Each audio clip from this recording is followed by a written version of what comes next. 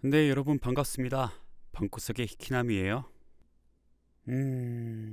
사실 지금이 세 번째 작업입니다. 앞에 했던 두 번의 작업은 도무지 저한테 마음에 들지 않더라고요. 이번 녹음본은 부디 잘 나오길 바라면서 영상을 시작합니다.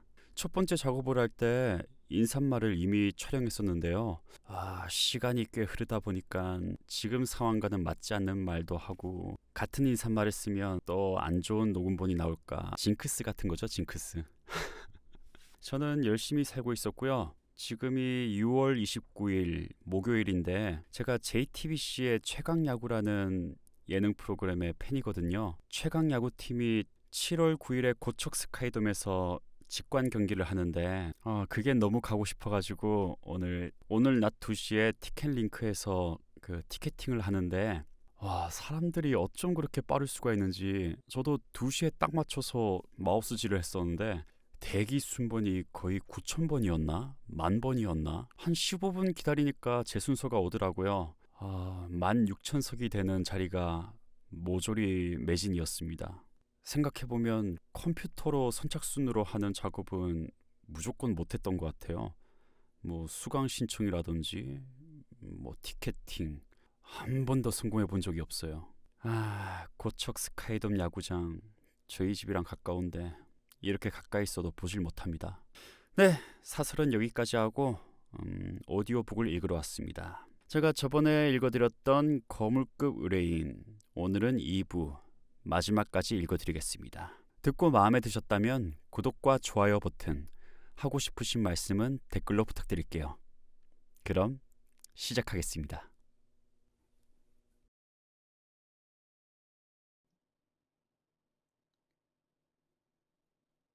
난 한동안 그 자리에 얼어붙은 듯 서 있었다. 그러고 나서 신문을 낚아챘고 신문값을 내라고 거칠게 항의하던 남자. 마지막으로 약국 문 옆에 서서 비극적인 기사를 읽었던 기억이 뒤엉켜 떠오른다. 그 기사는 다음과 같았다. 유명한 사립탐정 셜록 홈즈 씨가 오늘 아침 괴한의 습격을 받고 중태에 빠진 것으로 알려졌다. 아직 구체적인 내용이 정확히 밝혀지진 않았지만 사건은 12시경 리젠트 거리의 로열 카페 앞에서 일어났다. 두 명의 괴한이 지팡이로 그를 공격했고 머리와 몸을 고타당한 홈즈 씨는 체링크로스 병원으로 후송되었다. 의사들은 그가 매우 심각한 부상을 입었고 중태라고 말했지만 본인의 희망에 따라 다시 베이커가의 거처로 옮겨졌다. 그를 공격한 괴한들은 꽤 점잖게 잘 차려입고 있었는데 사람들이 몰려들자 로열 카페로 들어가서 뒷문을 통해 글래스 하우스가로 빠져나간 것으로 보인다. 의심의 여지 없이 그들은 그동안 홈즈 씨의 천재적인 활약으로 타격을 입었던 범죄 조직의 조직원들일 것으로 추정되고 있다. 내가 그 기사를 제대로 다 훑어보기도 전에 바로 마차를 잡아타고 베이커가로 간 것은 말할 필요도 없을 것이다. 현관 복도에서 유명한 외과 의사인 레슬리 오크셔터 박사와 마주쳤다. 그의 마차는 밖에서 대기 중이었다. 목숨이 위태로울 정도는 아닙니다. 머리가 두어 군데 찢어졌고 군데군데 심한 타박상을 입었습니다. 몇 반을 꿰맸고 모르핀을 주사했으니까 안정이 필요하지만 잠시 만나는 건 괜찮을 것 같습니다. 그가 말했다. 의사의 허락이 떨어지자 난 조용히 어두운 방으로 들어갔다. 환자가 눈을 번쩍 떴다. 내 이름을 부르는 낮은 속삭임이 들렸다. 4분의 3 정도 내려놓은 블라인드 사이로 햇살이 한 줄기 비쳐들어 붕대를 감은 홈즈의 머리 위로 비스듬히 내려앉았다. 흰색 리넨 압박붕대 밑으로 진행색 반창고가 보였다. 난 옆으로 가서 머리를 구부리고 그를 내려다 보았다. 괜찮아 왔어. 그렇게 걱정할 거 없어. 보기보다 이렇게 심각하지 않다고. 그가 매우 힘없는 목소리로 중얼거렸다. 그렇다면 정말 다행이지만. 자네도 알다시피 나도 지팡이 싸움엔 전문가잖아. 치명적인 공격은 다 막아냈다고. 어쨌든 날 이 정도로 만든 건 그자가 두 번째야. 홈즈, 내가 뭐랄까? 자네 습격한 그 망할 놈들이 누군지 알려주면 내가 가서 때려 눕힐게. 왓슨. 경찰이 체포하지 않는 이상 우린 아무것도 할 수 없어. 그들은 탈출로도 미리 준비해뒀더구만. 예상했던 일이고 다 계획이 있으니까 조금만 기다려. 우선 내가 심각한 부상을 입고 중태에 빠진 것처럼 허풍을 떨어줘. 틀림없이 그들이 알아보러 올 테니까 심하게 부풀리라고. 잘해야 일주일이나 살지 모르겠다고. 뇌진탕이나 뭐 그런가. 자네가 좋아하는 거 있잖아. 그렇다고 너무 무리하진 말고. 레슬리 오쿠쇼토 박사는 어떡하고? 그 사람은 걱정하지 마. 그는 최악의 증상만 보게 될 테니까 그건 나한테 맡겨. 다른 건? 시넬 존슨한테 가서 그 아가씨를 피신시키라고 해. 그 악당들이 이제는 그녀를 노릴 거야. 그들은 그녀가 나와 함께 그 집에 갔던 걸 알아. 나한테 한 짓을 보니까 그녀도 가만두지 않을 거야. 오늘 밤에 당장 피신하라고 해. 지금 당장 갈게. 그리고 또 다른 건? 테이블 위에 파이프를 놓아줘. 담배는 슬리퍼 속에 넣어두고. 좋아. 그리고 매일 아침 들러. 작전을 짜야 하니까. 그날 저녁, 난 존슨과 함께 윈터 양을 조용한 교회 지역으로 피신시키고 위험이 지날 때까지 그곳에서 조용히 지내도록 했다. 그로부터 6일 내내 신문에선 홈즈가 곧 죽을 것처럼 떠들어댔고 각종 공고와 회보에는 무척 심각하고 불길한 기사가 실렸다. 난 끊임없이 그를 찾아가서 그가 그 정도로 나쁘지 않다는 것을 확인하곤 했다. 그의 강인한 체력과 굳은 의지가 놀라운 기적을 이뤄내고 있었다. 그는 엄청나게 빠른 속도로 회복하고 있었다. 어떤 땐 괜찮은 척 연기를 하고 있는 게 아닐까 싶을 정도였다. 홈즈는 극적인 효과를 내기 위해서 가장 친한 친구인 나에게도 진실을 숨길 때가 꽤 있었기 때문에 나도 그의 계획을 정확히 알지 못하고 대략적으로 추측만 할 때가 많았다. 비밀을 확실히 지키는 방법은 오직 혼자만 알고 있는 것이란 원칙을 그는 고수했고, 그래서 그 누구보다 그와 가까이 지내면서도 난 늘 우리 둘 사이의 거리를 의식하고 있었다. 7일째 되는 날 실밥을 풀었다. 그런데도 석간 신문에는 상처에 세균이 들어가서 독이 퍼졌다는 기사가 실렸다. 같은 신문에 내 친구에게 독이 될지 약이 될지 모르겠지만 꼭 전해야 할 소식도 있었다. 요약하면 아델베르트 그루너 남작이 금요일 리버풀에서 출발하는 큐너드 여객선을 타고 미국에 다녀올 예정인데 바이올렛 양과의 결혼식을 앞두고 중요한 재정적인 문제를 해결하기 위해서란 내용이었다. 창백한 얼굴로 홈즈는 차갑게 집중해서 기사를 듣더니 몹시 놀란 듯 말했다. 금요일이라고. 3일밖에 안 남았잖아. 그 악당이 위험에서 벗어나려는 거야. 그렇게는 안 되지. 그건 절대로 안 돼, 왓슨. 뭘 좀 해줘야겠어. 홈즈가 외쳤다. 뭐든 말만 해, 홈즈. 그럼 앞으로 24시간 동안 중국 도자기 공부를 해줘. 그는 설명하지 않았고 나 역시 아무것도 묻지 않았다.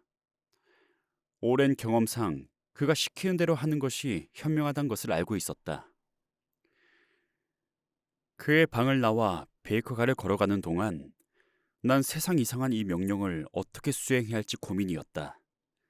결국 세인트 제임스 스퀘어에 있는 런던 도서관으로 가서 보조 사수로 있는 친구 로맥스에게 부탁하기로 했다. 그리고 곧 책을 잔뜩 들고 내 방으로 출발했다. 월요일에 전문가 증인을 신문하기 위해 벼락치기로 사건을 공부한 변호사는 토요일이 되기도 전에 그동안 공부한 모든 것을 깨끗이 잊어버린다고 한다.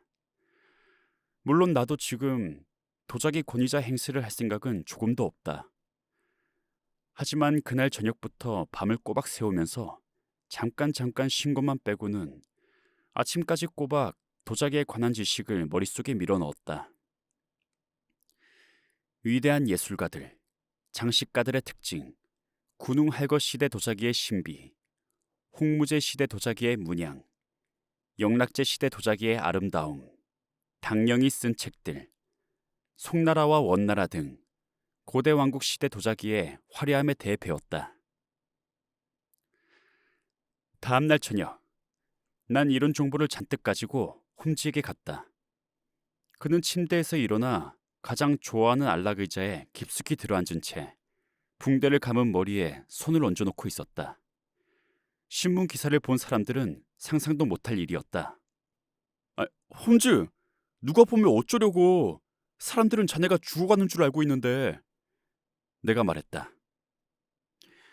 내가 노리는 게 바로 그런 감동이야, 왓슨. 공부는 잘 돼가? 그가 말했다.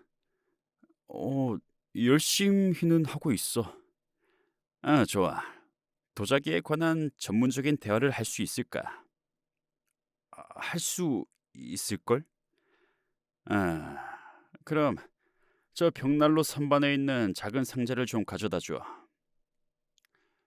홈즈는 상자 뚜껑을 열고 고운 비단으로 무척 세심하게 포장된 작은 물건을 꺼냈다. 포장을 풀자 굉장히 섬세하고 아름다운 짙푸른색 접시가 나왔다. 조심해 왓슨. 이건 중국 명나라 시대 진품 도자기야. 크리스티 경매에도 이만한 작품이 없을 정도야. 완전한 세트는 황제의 몸값만큼이나 가치가 있다고. 사실 북경의皇궁 바깥에 완전한 세트가 있을 가능성은 없지만 이 방면의 전문가라면 이 진품 접시를 보고 열광할 거야. 그걸 갖고 뭘 해야 하는데? 홈즈는 내게 명함을 건네주었다. 명함엔 힐바튼 박사, 하프문가 369번지라고 인쇄되어 있었다. 오늘 저녁에 자네가 사용할 이름이야, 왓슨. 그루노 남작을 만나러 가. 내가 아는 바로는 아마 8시 30분쯤에는 시간이 비어 있을 거야. 굉장히 귀중한 명나라 도자기 세트를 가지고 방문하겠다고 미리 전가를 보내. 어설프게 연기하다간 의심만 살 수 있으니까. 그냥 원래는 의사인데 취미로 도자기를 수집하다가 귀한 도자기를 손에 넣게 되었다. 남작이 도자기에 관심이 많다고 들었다. 가격을 잘 쳐주면 팔 수도 있다. 이런 식으로 말해. 가격이 얼만데? 좋은 질문이야, 왓슨. 자기 도자기의 가치를 제대로 모른다는 건 말도 안 되는 일이니까. 이 접시는 제임스 경이 빌려준 건데 내 생각엔 아마도 그의 의뢰인의 수집품일 거야. 세상 비할 바 없는 아주 귀한 작품이라고 막 떠벌려도 절대로 과장이 아닌 거지. 전문가 입장에서 값을 매겨보라 제안하는 것도 괜찮을 것 같아. 훌륭해 왓슨. 오늘따라 재치가 번뜩이는걸. 크리스티나 소더비에 내놓을까 생각 중이었다고 해. 그럼 자네가 값을 매기지 않아도 될 테니까. 그가 날 만나주지 않으면? 아니, 만나줄 거야. 열렬한 도자기 수집광인데다가 특히 그 분야에선 권위자로 인정받고 있으니까. 왓슨, 여기 앉아서 내가 불러주는 대로 받았어. 답장은 필요 없고 자네가 방문하겠다는 것과 그 이유만 쓰면 돼. 짧고 정중하고 전문가의 호기심을 당길 만한 멋진 편지였다. 난 지역 배달원에게 편지를 배달시키고 나서 그날 저녁 귀중한 접시를 챙겨 들고 힐바튼 박사의 명함을 주머니에 넣은 뒤 나만의 모험을 떠났다. 아름다운 저택과 정원들을 보니 제임스 경이 말한 대로 그루너 남작이 얼마나 부자인지 알 수 있었다. 양쪽으로 관목이 드문드문 자란 긴 제방을 마차로 한참이나 굽이굽이 돌아서야 바닥에 자갈이 깔리고 멋진 조각상들로 장식된 정원을 빠져나올 수 있었다. 남아프리카 황금왕의 전성기에 지어졌던 길고 낮은 집에는 모서리마다 작은 탑이 서 있었다. 건축술의 악몽이라고 할 만한 집이었지만 그 규모와 견고함만큼은 무척 인상적이었다. 주인의 의자를 장식하고 있던 집사가 날 집 안으로 들어오게 하더니 비로드 옷을 입은 하인에게 넘겼고 그 하인이 날 남작이 있는 곳으로 안내했다. 남작은 창문 사이에 있는 커다란 상자 앞에 서서 그 안에 들어있는 도자기 수집품들을 들여다보고 있었다. 내가 방으로 들어가자 그는 조그만 갈색 화병을 손에 든 채 돌아섰다. 앉으세요, 박사님. 제 보물들 속에서 하나를 더 보탤 수 있을지 살펴보는 중이었습니다. 이 조그만 당나라 시대 유물은 7세기 작품인데 아마 박사님도 흥미가 있으시겠죠. 이렇게 정교하고 이렇게 광택이 풍부한 작품은 본 적이 없으실 테니까요. 말씀하신 명나라 접시는 가져오셨겠죠. 그가 말했다. 난 조심스럽게 포장을 풀어 그에게 보여주었다. 날이 점점 어두워지고 있었기 때문에 그는 책상에 앉아 램프를 끌어당긴 다음 불빛 아래서 접시를 살펴보기 시작했다. 그러는 동안 노란 불빛에 그의 모습이 고스란히 드러나 있었기 때문에 난 그의 모습을 쉽게 관찰할 수 있었다. 그는 정말 굉장한 미남이었다. 확실히 유럽의 명성을 떨치만 했다. 키는 평균보다 크지 않았지만 우아하고 민첩한 몸매를 갖고 있었다. 얼굴은 볕에 타서 약간 거무스름했고 동양적인 매력이 있었으며 크고 진하고 나른한 두 눈은 저항할 수 없는 매력으로 여성들을 사로잡았을 것 같았다. 머리와 콧수염은 짙은 검은색이었는데 짧게 자른 콧수염은 끝에 포마드를 발라 뾰족하게 다듬었다. 그의 모습은 전체적으로 단정하고 보기 좋았다. 딱 하나, 일직선으로 쭉 찢어진 얇은 입술만 빼고. 그것은 살인자의 입술이었고 잔혹하고 무시무시한 얼굴에 새겨진 깊은 상처 같았다.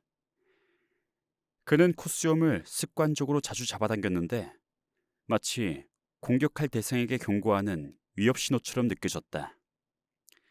하지만 말투는 친절했고 태도는 완벽했다. 나이는 30대 초반처럼 보였는데 나중에 그의 기록을 보니 42세였다. 아주 멋져요. 정말 굉장합니다. 마침내 그가 말했다. 이 접시를 6세트나 소장하고 계신다고요. 이렇게 굉장한 표본에 대해서 전혀 알지 못했다는 게 정말 놀랍군요. 전 그저 영국에 이것과 비할 만한 것이 딱 한 점 있고 절대로 시장에 나오지 않는다는 것만 알고 있는데 말이죠. 실례지만 힐바튼 박사님, 이걸 대체 어떻게 얻으셨는지 여쭤봐도 될까요? 그게 뭐 중요합니까? 이 작품이 진품이라는 걸 확인하셨죠? 전 그 가치에 대해서 전문가의 평가를 받은 것으로 만족합니다. 난 최대한 무심한 태도로 말했다. 정말 이상하군요. 이렇게 가치 있는 작품을 거래할 땐 누구든 이 물건과 관련된 모든 것을 알고 싶어하는 게 당연할 텐데요.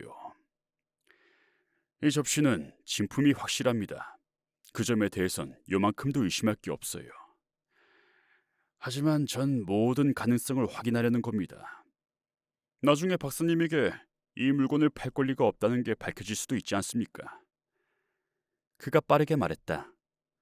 검은 두 눈에 의심스러운 불꽃이 일었다. 그건 보증할 수 있습니다. 그렇다면 당연히 박사님의 보증이 진짜로 맞는지부터 따져봐야겠군요. 제 은행에서 증명해 줄 겁니다. 그렇군요. 그런데 이건 좀 이례적인 일이라서요. 사든 말든 상관이 없습니다. 남작이 이 분야의 전문가라고 해서 먼저 보여드린 것뿐이고 다른 구매자를 찾는 건 전혀 어렵지 않을 겁니다. 난 무심하게 말했다. 제가 전문가라고 누가 그러던가요? 남작이 도자기에 관한 책을 쓴 걸 알고 있습니다. 그 책을 읽으셨습니까? 아니요. 참나. 갈수록 점점 더 이해하기 어렵군요. 이런 굉장한 작품을 수집한 걸로 보아 박사님도 분명히 도자기 전문가일 텐데 도자기의 진정한 의미와 가치를 알려줄 책을 읽지 않았다니 그 점을 어떻게 설명하시겠어요? 전 무척 바쁜 사람입니다. 원래 직업은 의사거든요. 그건 대답이 아니죠. 사람이 어떤 취미에 깊이 빠지면 원래 직업이 뭐든 몰두하게 되지 않습니까? 그리고 편지에도 스스로 전문가라고 쓰셨잖아요. 그렇습니다. 그럼 시험 삼아 몇 가지 질문을 해도 되겠습니까? 솔직히 박사님이 원래 직업이 의사라는 말을 들으니 더 의심스럽거든요. 쇼무 천황이 누구인지 나라 현 근처에 있는 쇼쇼인과 어떤 연관성이 있는지 한번 물어봐도 될까요? 아차, 박사님에겐 너무 어려웠습니까? 그냥 부귀 왕조가 도자기사에서 어떤 위치를 차지하고 있는지 그거에 대해서 조금 말씀해 보시죠. 난 화난 척하며 자리를 박차고 일어났다. 참 불쾌하군요, 남자. 난 호의를 베풀려고 온 거지 학생처럼 시험이나 보려고 온 게 아닙니다. 도자기에 대해 내가 아는 거라야 뭐 남작에 비하면 빈약하기 짝이 없겠지만 이런 식으로 불쾌한 질문에 대답하지 않겠소. 내가 말했다. 그는 가만히 나를 쳐다보았다. 그의 눈에서 나른한 표정이 사라지고 갑자기 광채가 번쩍 빛나더니 잔인한 입술 사이로 이가 번쩍였다. 이건 무슨 게임이지? 첩자가 분묘하군. 홈즈가 보낸 밀사야. 이런 장난을 하는 걸 보니까 무슨 꿍꿍이가 있나 보구만. 그놈은 죽어간다더니 날 감시하라고 졸개를 보낸 건가? 그런데 어쩌나 들어오긴 쉬워도 나가긴 어려울 텐데. 그가 미친 듯이 화를 내며 덤벼드는 통에 난 뒤로 물러서며 그의 공격을 막아내야 했다. 처음부터 의심스럽게 생각하고 있다가 나름 여러 가지 시험을 통해 진실을 파악한 모양이었다. 그를 속이는 건 불가능할 것 같았다. 그는 옆에 있는 서랍 속으로 손을 집어넣더니 난폭하게 뒤졌다. 그때 갑자기 무슨 소리라도 들었는지 그가 귀를 바짝 세웠다. 이런! 그가 소리를 지르며 뒤에 있는 방으로 뛰어 들어갔다. 난 열려있는 문 쪽으로 두어 걸음 다가갔다. 순간 그 방에서 본 광경을 난 평생 절대로 잊지 못할 것이다. 정원 쪽으로 난 창문은 활짝 열려 있었고 창백한 얼굴을 잔뜩 찡그린 채 피로 물든 붕대를 머리에 칭칭 동여맨 홈즈가 마치 끔찍한 유령처럼 서 있었다. 다음 순간 그는 창문으로 빠져나갔고 그의 몸이 바깥 나무의 잎과 가지를 스치는 소리가 들렸다. 집주인은 미친 듯이 괴성을 지르며 홈즈를 따라잡으려고 열린 창문으로 내달렸다. 그리고 그때 정말 순간적으로 일어난 일이었지만 난 똑똑히 보았다. 팔 하나가, 여자의 팔 하나가 나뭇잎 사이에서 쑥 나왔다. 그리고 동시에 남작은 끔찍한 비명을 질렀다. 악몽처럼 내 기억 속에서 영원히 울릴 것 같은 그런 비명소리였다. 그는 두 손으로 얼굴을 감싸고 빙빙 돌더니 벽에 머리를 세게 박고는 쓰러졌다. 그는 카펫 위를 뒹굴며 집안에 온통 쩌렁쩌렁 울리도록 무시무시한 비명을 질러댔다. 물, 제발 물 좀 줘. 그가 외쳤다. 난 사이드 탁자에 있던 물병을 집어들고 그를 도우러 달려갔다. 그때 집사와 하인들이 소리를 듣고 뛰어 올라왔다. 내가 무릎을 꿇고 끔찍하게 변한 부상자의 얼굴을 램프 쪽으로 돌려놓았을 때 하인 하나가 기절했던 기억이 난다. 황산에 녹아버린 남작의 얼굴이 귀에서 턱으로 흘러내리고 있었다. 한쪽 눈은 이미 하얗게 녹아버렸고 다른 쪽 눈은 빨갛게 타들어가고 있었다. 불과 몇 분 전에 내가 그토록 감탄했던 아름다운 얼굴은 이제 축축하고 더러운 스펀지로 쓱 훔쳐낸 그림처럼 짓뭉개져서 더 이상 인간의 얼굴이라 할 수가 없었다. 난 무슨 일이 일어났는지 그리고 황산 공격이 얼마나 치명적인지 간단하게 설명했다. 몇 사람은 창문으로 기어 내려갔고 나머지 몇 사람은 정원 쪽으로 달려나갔지만 밖은 이미 어두웠고 비까지 내리기 시작했다. 남작은 고통스러운 비명과 분노에 찬 고함을 한꺼번에 질러댔다. 키터 윈터, 이 악마 같은 년, 꼭 갚아주마, 꼭 갚아주마. 그가 외쳤다. 난 오일로 얼굴을 씻어내고 녹아내린 피부 위에 솜을 올려놓은 다음 모르핀을 주사해 주었다. 이 충격 때문에 나에 대한 의심은 까맣게 잊었는지 남작은 내 손을 꼭 붙잡고 죽은 물고기 같은 눈조차 내가 다 고쳐줄 거라 믿는다는 듯이 날 쳐다보았다. 그렇게 추악한 얼굴이 된 이유가 그의 악랄한 삶 때문이었다는 것을 몰랐다면 그런 끔찍한 파멸에 울지 않을 수가 없었겠지만 난 화상 입은 그의 손이 닿는 것조차 혐오스러워서 그의 주치의가 전문의를 대동하고 나타났을 때 해방된 기분을 느꼈다. 곧이어 도착한 경찰 조사관에게는 내 진짜 명함을 건네주었다.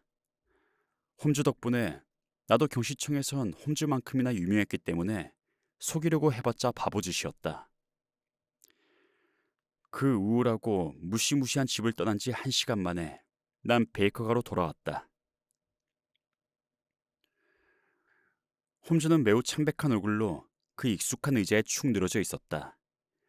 부상은 둘째치고 강철 같은 그의 신경조차 그날 저녁 사건엔 엄청난 충격을 받은 탓이었다. 그는 두려운 표정으로 남작의 변화에 대한 내 설명을 들었다. 죗값을 치른 거야, 왓슨. 죗값이라고. 언제든 결국 일어날 일이었어.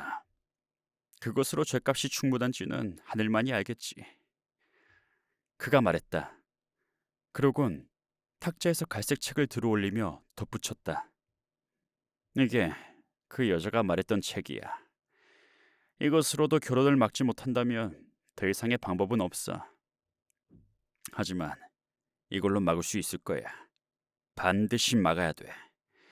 아무리 자존심이 없는 여자라도 이걸 참을 순 없을 테니까. 그게 그의 연애 일기야? 아니면 성욕 일기겠지.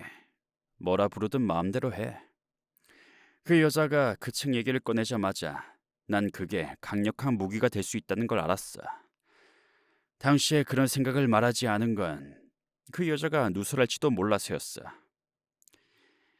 난 그 일에 대해서 곰곰이 생각했어. 이번 사고로 남작이 나에 대해선 경계를 덜할 테니까 결과적으론 잘된 일이었지. 그래서 좀 더 기다려볼 생각이었는데 갑자기 미국으로 여행을 떠난다니 난 급해진 거지. 이런 중요한 자료를 두고 그냥 갈 리가 없잖아. 그래서 곧장 행동을 취해야 했던 거야. 밤에 그 집에 들어가서 훔치는 건 불가능한 일이야. 아주 엄중하게 경계를 하고 있으니까.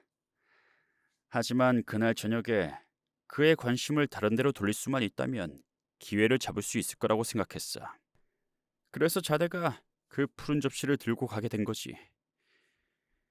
하지만 그 책 위치를 정확히 알아야 했어. 아마도 중국 도자기에 대한 자네의 지식이 내가 움직일 수 있는 시간의 한계일 테니까. 그래서 마지막 순간에 결국 그 여자를 데려가기로 결심했어. 망토 속에 그 작은 통을 숨겼을 줄이야 누가 상상이라도 했겠냐고. 난 그녀가 날 도와주러 가는 줄 알았어. 알고 보니까 자기 일을 하러 가던 거였어. 자네가 날 보낸 걸 남작이 눈치챘어. 그럴까봐 걱정했지. 그래도 자네는 내가 그 책을 찾을 만큼 충분히 시간을 벌어줬어. 도망칠 시간은 좀 부족했지만 말이야. 응? 제임스 경. 어서 오세요. 우리의 정중한 친구가 나타났다. 미리 연락을 해둔 모양이었다. 홈즈가 그동안 벌어진 일에 대해서 설명하는 동안 그는 굉장히 흥미진진한 표정으로 열심히 들었다. 오, 대단한 일을 해냈군요. 정말 놀라워요. 왓슨 박사 말씀대로 남작이 그렇게 끔찍한 부상을 입었다면 굳이 이 혐오스러운 책을 사용하지 않아도 결혼 문제는 저절로 끝났겠네요. 홈즈의 설명을 다 듣고 나서 그가 외쳤다. 홈즈는 고개를 저었다. 드머빌양 같은 타입의 여성들은 그렇지 않습니다. 오히려 핍박받아 망가진 순교자로 생각하고 더 사랑할 거예요. 안 되죠. 그건 절대로 안 됩니다. 우리가 무너뜨려야 할 건 그의 몸이 아니라 도덕적인 면이요. 이 책을 보면 바이올렛 양도 정신을 차리겠죠. 다른 방법은 없어요. 남작이 직접 쓴 거니까 바이올렛 양도 무시할 수가 없을 겁니다. 제임스 경은 책과 희귀한 접시를 가지고 일어섰고 나도 할 일을 다 마쳤기 때문에 집으로 돌아가려고 그와 함께 거리로 나왔다. 사륜마차가 그를 기다리고 있었다. 그는 마차에 뛰어 올라가서 소속 표지가 달려있는 모자를 쓴 마부에게 얼른 출발하라고 지시했다. 마차 패널 위에 새겨진 문양을 가리기 위해 코트를 창문에 걸어두었지만 난 부채 모양의 창문빛 속에서 순간적으로 그 눈부신 문양을 포착했다. 너무 놀라서 숨이 막힐 지경이었다. 난 곧장 돌아서서 다시 홈즈의 방으로 뛰어 올라갔다. 우리의 고객이 누군지 알아냈어, 홈즈. 있지? 난 이 놀라운 소식을 전하려고 크게 외쳤다. 왕족이고 의협심이 강한 분이지. 우린 영원히 그 정도로만 알아두자고. 홈즈가 손으로 내 말을 막으며 말했다. 범죄로 가득한 그 흉악한 책이 어떻게 사용되었는진 모르겠다. 제임스 경이 알아서 잘 처리했겠지. 아니면 너무 조심스러운 내용이라 그 젊은 아가씨의 아버지에게 직접 위임했을지도. 어쨌든 우리가 바라던 대로 임무를 마쳤다. 사흘 뒤 모닝포스트지에 아델베르트 구르노 남작과 바이올렛 머빌량의 결혼식 취소 기사가 실렸다. 그리고 같은 신문 다른 면에는 그루노 남작에게 황산을 투척한 혐의로 형사 재판을 받고 있는 키티 윈터 양의 기사가 실렸다. 여러 가지 상황과 사연이 정상 참작이 되었고 남작이 고함친 대로 언제 복수를 당할지 모른다는 가능성 때문에 최소 형량이 선고되었다. 셜록 홈즈는 절도 혐의를 받긴 했지만 그 목적이 사건을 해결하기 위한 것이었고 의뢰인이 워낙 거물급이다 보니 엄격한 영국 법정조차 인간미와 융통성을 발휘하여 내 친구를 기소조차 하지 않았다.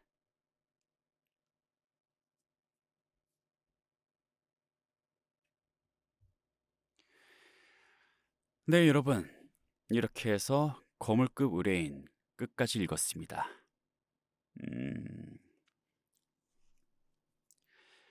요즘 제 실력이 떨어진 것인지 아니면 제 만족 기준이 높아진 건지 여러 번 작업하는 빈도가 늘었습니다.